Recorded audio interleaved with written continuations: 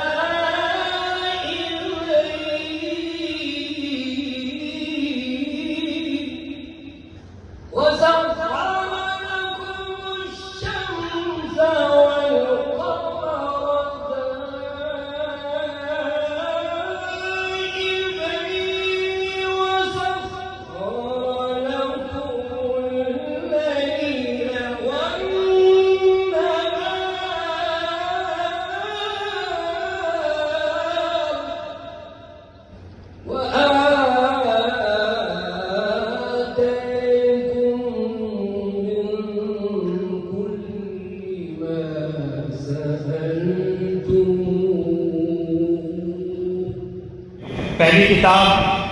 قطب الافطاب حضرت شیخ عبدالقدوس زنگوہی رحمۃ اللہ علیہ کے تذکرے سے شروع ہوتی ہے،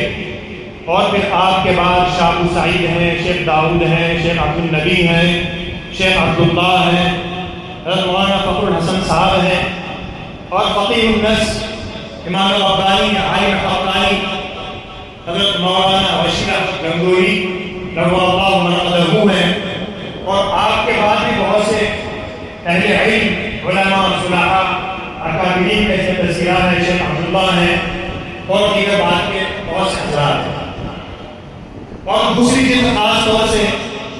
اس ادارے کے بانی، اس ادارے کو قائم فرمانے والے، تمام اکابرین بزرگان دین کی وہ سعادت کو اکٹھا کرنے والے، گنگو کی جو سرزمین ہے وہ جانی جاتی ہے ذکر و فکر کی وجہ سے، شیخ عبدالقدوس گنگوئی رحمۃ اللہ علیہ اور آپ کا پورا خانوادہ، اور پھر اس کے بعد فقیہ النفس حضرت مولانا رشید احمد گنگوئی رحمۃ اللہ علیہ کے فقہ کی وجہ سے، حضرت مفتی محمود حسن صاحب گنگوئی نور اللہ مرقدہ کی فقہ کی وجہ سے، حضرت مولانا قائم شریف احمد صاحب نور اللہ مرقدہ کے حصے میں اللہ تعالیٰ نے وہ سعادت رکھی کہ آپ نے سرزمین گنگو کی ان تمام تر برکات کو، ان اکابرین کی تمام تر محنتوں کو ایک جا جمع کر دیا۔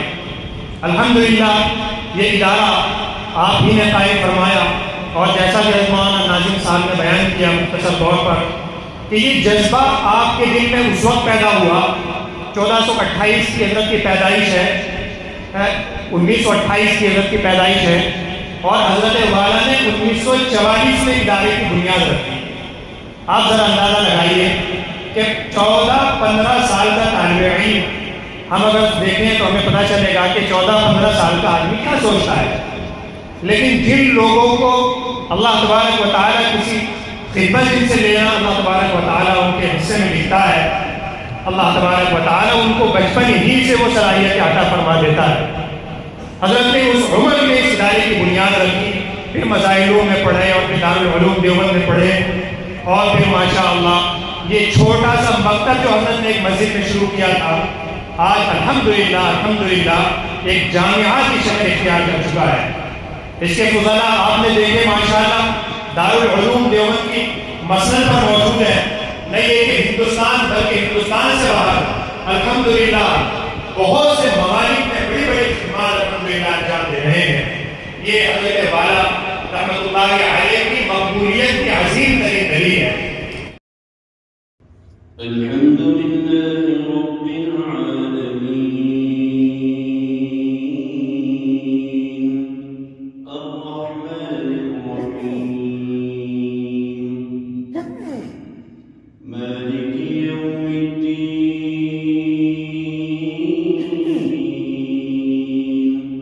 ایاک نعبد و ایاک نستعین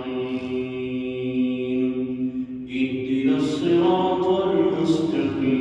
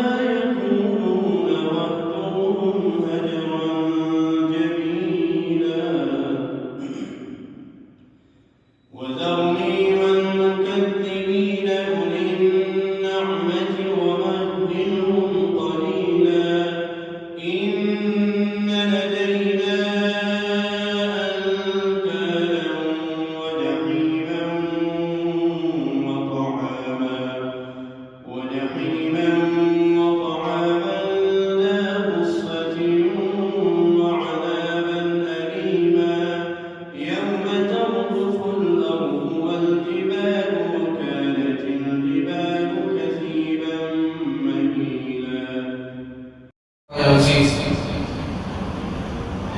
علمی گفتگو کیا ہوتی ہے وہ ہم نے ابھی سن لی ہے۔ محقق العصر، محدث زمان حضرت مولانا